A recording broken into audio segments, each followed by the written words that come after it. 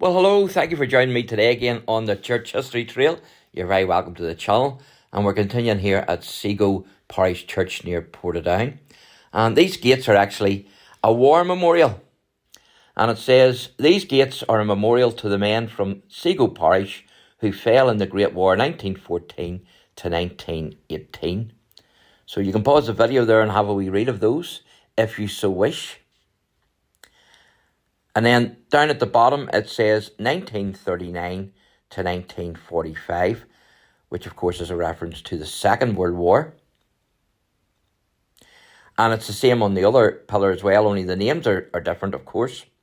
So again, you can pause the video if you so wish and have a wee read of those. But I want to talk to you about this church and also about the Blacker family. Now, the Blacker family name derives from Blackar, king or chief of the Norsemen or Danes, from whom the family descended, who settled in Dublin at the beginning of the 10th century. Now, in a pitched battle on the banks of the River Bann, Norse chief Blackar killed with a battle axe the king of, I'll spell this because I can't pronounce it, Ailegh, called the Hector, or bravest of his time. And of course, a battle axe does indeed feature on the Blacker coat of arms and crest. Now, the day after, he marched against and sacked the city of Armagh, and his descendants for many generations have possessed this land and have had a major impact in the district. Now, the first of the family who settled in Armagh was Captain Valentine Blacker, who I mentioned in the previous video.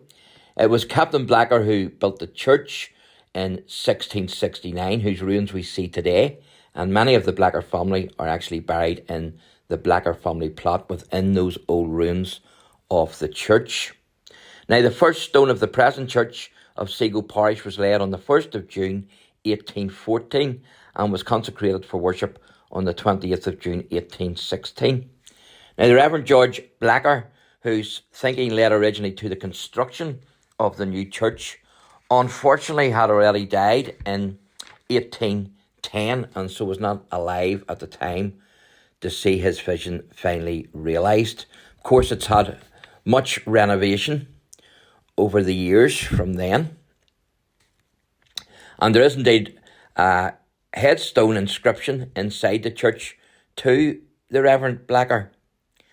And it says, "Dedicated to the memory of the Reverend George Blacker, late vicar of this parish, eminently distinguished by private worth and public spirit, but more particularly by his ardent zeal and unwearied exertions in the sacred cause of Christianity and the Protestant religion, to which this church owes its foundation. He lived sincerely beloved and died deeply lamented, May the 1st, 1810, aged 46 years. And just down at the bottom there, you can actually see the cemetery, and that's where the old church was. You can see that the old wall there, the ruins of the church of 1669. So that was the church that Valentine Blacker built in 1669. But I also want to talk to you about Lieutenant Colonel Stuart Ward William Blacker. Now, Stuart Blacker was born on the 4th of July 1865 in Northamptonshire, England. He was commissioned into the Royal Regiment of Artillery in 1885.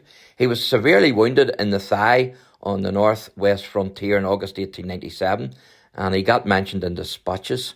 He served during the Second Boer War, also known as the South African War, 1899 to 1902, and was promoted to Major General in 1900, and he retired in 1905. Now, on the 6th of January 1903, he married Eva Mary Lucy St. John, whose surname was Fitzroy, and the family resided at the Blacker family home at Carrickblacker, near Portadown in County Armagh. Now, Stuart Blacker was a leading figure in the anti-Home Rule movement and the Ulster Volunteer Force.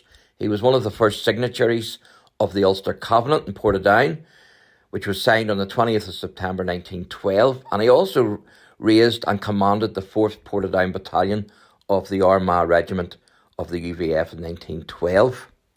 Now, he was recalled for military service in August 1914 with the outbreak of World War I, and was initially posted to Edinburgh.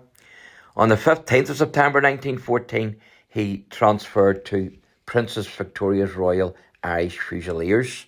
And you can see there the date 1814, the original foundation date of the church.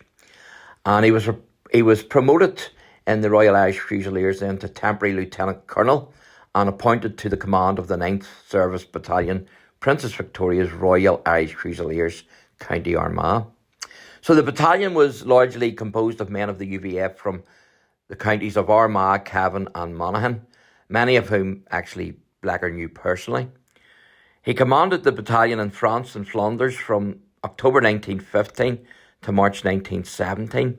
And for his service, he was awarded the Distinguished Service Order, was mentioned in dispatches 3 times, and made an Officer of the Legion d'Honour, and awarded the Croix de Guerre in France. Now, from the 18th of April 1917 until the 16th of May 1918, he commanded the 20th Reserve Battalion, the Royal Irish Rifles at Newtownards. And he retired in May 1918, and he was made a brevet lieutenant colonel in June 1918. So he settled in England after his retirement, and he died after swimming in the sea at Seatown in Dorset on the 6th of September 1935, aged 70. So Stuart Blacker's remains were cremated, and his ashes interred in Woodbrook House in Enniscorthy in County Wexford, the family seat. And there's actually a tablet in the church here in memory of Lieutenant Colonel Blacker. So this is a headstone, nothing to do with the Blackers, but it's in memory of Robert Reid, who departed this life April 20th, 1880.